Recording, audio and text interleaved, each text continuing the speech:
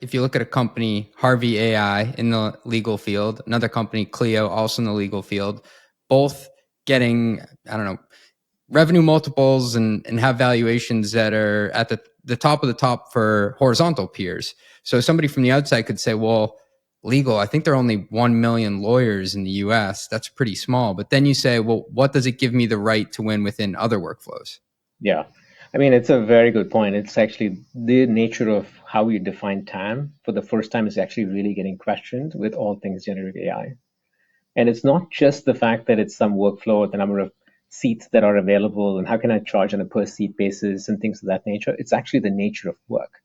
So if you then think about Harvey, or Clio for that matter, and you think about billable hours. Yeah, there we go. And then you think about the amount of time an attorney spends doing a certain task.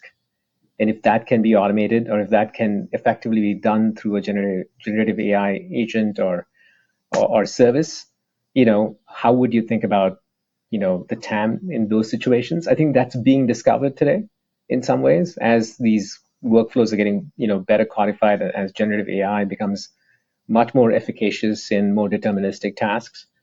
And I think those are the places where I think you will see massive TAM expansion, but not in the traditional sense. You're no longer thinking seats. You know what I'm saying? Billable hours, that's blowing my mind. I'm trying to think of other examples of that go beyond just seats. I guess like support tickets fixed, or I don't know. Did any others come to mind for you?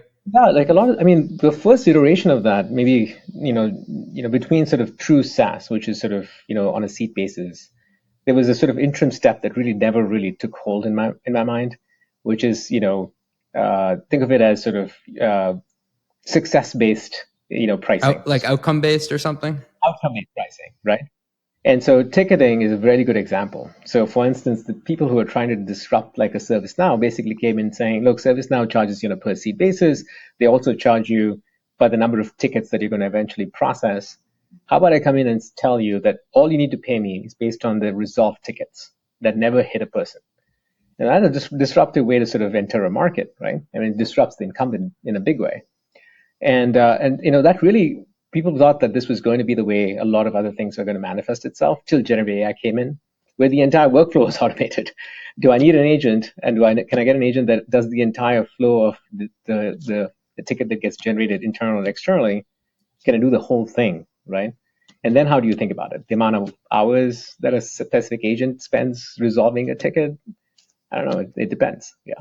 There's something that feels slightly potentially off about getting something resolved that you don't see. Like it's almost doing such a good job that you don't see the value of it going on. And then it's like you run up the taxi meter and you're like, whoa. I said I wanted success there, but I didn't know it was going to cost that much. Yeah.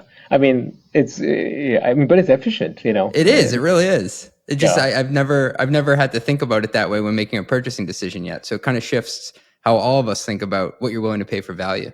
Yeah, I think pricing is going to be something that's going to be a very debated topic, especially when you think about, what you would pay a person to do a certain task versus a generative AI agent doing the same task.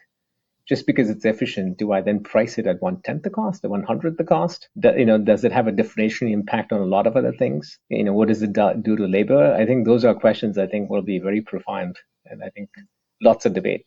Run the Numbers is a mostly LLC production. Yelling an intro by Fat Joe. Artwork by some AI thingamajig.